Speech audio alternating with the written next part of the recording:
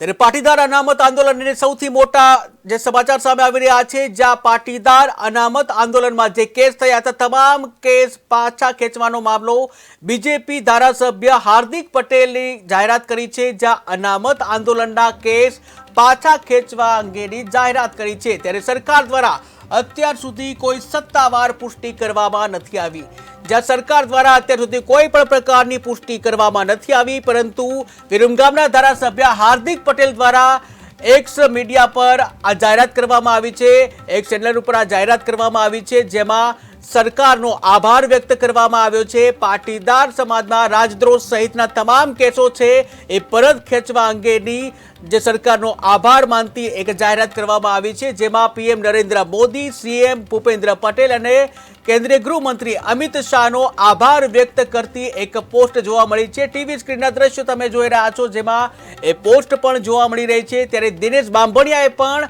Post share કરી છે, જેમાં સરકારનો આભાર વ્યક્ત કર્યો છે। પાટીદાર અનામત આંદોલન વખતે રાજદ્રોહ સહિત અલગ અલગ કેસ કરવામાં આવ્યા હતા, ત્યારે આ તમામ કેસ સરકારે પરત ખેંચ્યા તેવો સોશિયલ મીડિયામાં દાવો કરવામાં આવ્યો છે। ટીવી સ્ક્રીનમાં એ પોસ્ટ તમે જોઈ શકો છો, વિરમગામના ધારાસભ્ય હાર્દિક પટેલ દ્વારા આ પોસ્ટ શેર કરવામાં આવી છે।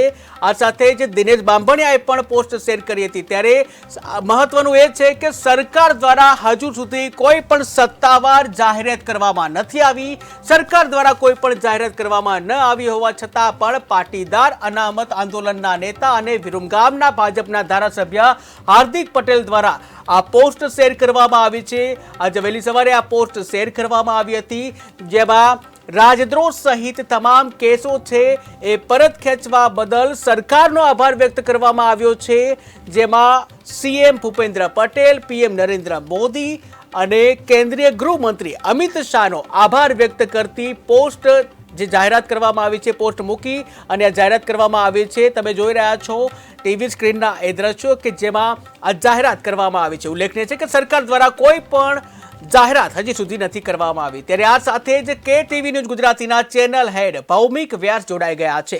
જે ભૌમિક, વાત કરવામાં આવે સૌથી મોટા સમાચાર છે, જ્યાં પાટીદાર અનામત આંદોલનમાં જે રાજદ્રોહ સહિતના કેસો થયા હતા પરત ખેંચવાનો જે મામલો સામે આવ્યો છે, જ્યાં સરકાર દ્વારા કોઈ જાહેરાત કરવામાં નથી આવી, પરંતુ ભાજપના ધારાસભ્ય, વિરમગામના ધારાસભ્ય હાર્દિક પટેલે એક્સ ઉપર જાહેરાત કરી અને જ્યાં તમામ જે કેસો પરત ખેંચ્યા છે અને સરકારનો આભાર માન્યો છે। શું કહેશો? બિલકુલ મહેન્દ્ર, જો 2015માં પાટીદાર અનામત આંદોલન હતું અને આ આંદોલનની શરૂઆત થઈ ને ત્યારબાદ આ આંદોલન ઉગ્ર બન્યું હતું, અનેક જગ્યાએ તોડફોડ આગજની બની હતી અને જેમાં આંદોલનકારીઓ હતા હાર્દિક પટેલ, દિનેશ બાંભણિયા, ચિરાગ પટેલ, અલ્પેશ કથિરિયા અને ધાર્મિક માલવિયા સહિતના યુવા નેતાઓ સામે રાજદ્રોહના કેસ લાગ્યા હતા।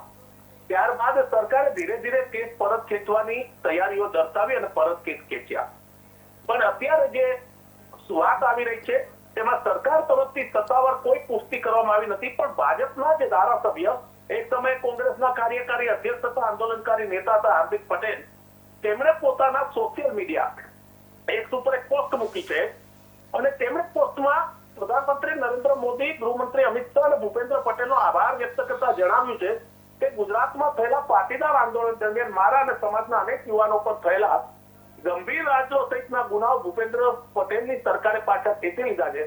હું સમાજ તરફથી ગુજરાત સરકારનો આભાર માનું છું, પણ આ પોસ્ટ બાદ જ હવે ક્યાંક મૂંઝવણ છે। આપને જણાવી દઉં, ચિરાગ પટેલ જે પાસ નેતા છે તેનું કહેવું છે કે સરકાર સત્તાવાર રીતના જાહેરાત સરકારે નથી કરી, ત્યારે કે આમાં કંઈ પણ કહેવું જરૂરી નથી લાગતું।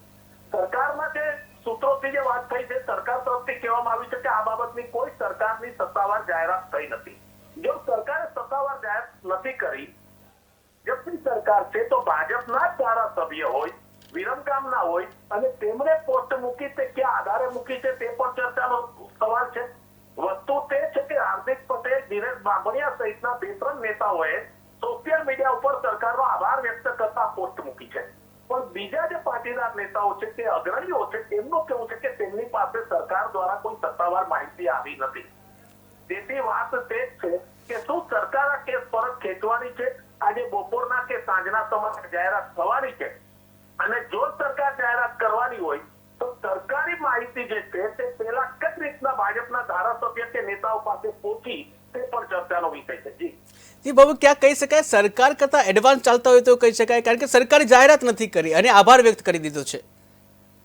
બિલકુલ એડવાન્સ તો છે જ. આજના સમયમાં એડવાન્સ પદ્ધતિ જ કહેવાય. પણ સૌથી મહત્વની વાત તે છે કે જ્યારે કોઈ સરકાર રાજ્યો જેવા કેસ પરત ખેંચવાની હોય તો સ્વાભાવિક છે કે તેના માટે સરકારની એક અલગ પોલિસી હોય છે, તેની એક ચર્ચાઓ હોય છે, તેની મિટિંગો હોય છે. પણ સરકાર કોઈ પ્રેસ કોન્ફરન્સ કરે કે સરકાર પોતે જાહેરાત કરે તેની પહેલા પાર્ટીના જો ધારાસભ્ય જો આ જાહેરાત કરી દેતા હોય તો મને લાગે છે કે સરકારની જે માહિતી છે તે તેના સુધી કેમ પહોંચી તે જ સૌથી મોટો સવાલ છે. બીજા પાટીદાર નેતાઓ અત્યારે કહી રહ્યા છે, મારી જે વાત થઈ લલિતભાઈ વસોયા છે કે લલિતભાઈ કરગથરા હોય કે દિનેશ બાંભણિયા હોય, તેમાંથી મોટો વધારે લોકોનું કેવું છે કે હજી સુધી સત્તાવાર જાહેરાત નથી થઈ. તો વાત તે જ છે કે શું આ જાહેરાતને સત્તાવાર માનવામાં આવે કે હાર્દિક પટેલ ભાજપના ધારાસભ્ય છે અને તેની પાસે આ પુખ્તી માહિતી છે કે આજે હવે કેસ ખેંચાઈ જશે અને તેણે પેલા જાહેરાત કરી દીધી. એટલે તમામ સવાલોના જવાબ અત્યારે આપવા મતલબ અશક્ય છે. પણ માનવામાં આવે છે કે જે રીતના ઘટના ઘટી છે તેને કારણે લોકોને ક્યાંક ને ક્યાંક મૂંઝવણ છે. જી બાબુ, સમગ્ર માહિતી બદલ આભાર. ત્યારે પાટીદાર અનામત આંદોલનના આ સૌથી મોટા સમાચાર, જ્યાં હાર્દિક પટેલ દ્વારા એક સુપર પોસ્ટ કરી સરકારનો આભાર વ્યક્ત કર્યો છે. રાજદ્રોહ સહિતના તમામ કેસ સરકારે પરત ખેંચ્યા હોય તે રીતના આભાર વ્યક્ત કર્યો છે. સરકાર દ્વારા હજી સુધી કોઈ પુષ્ટિ કરવામાં નથી આવી.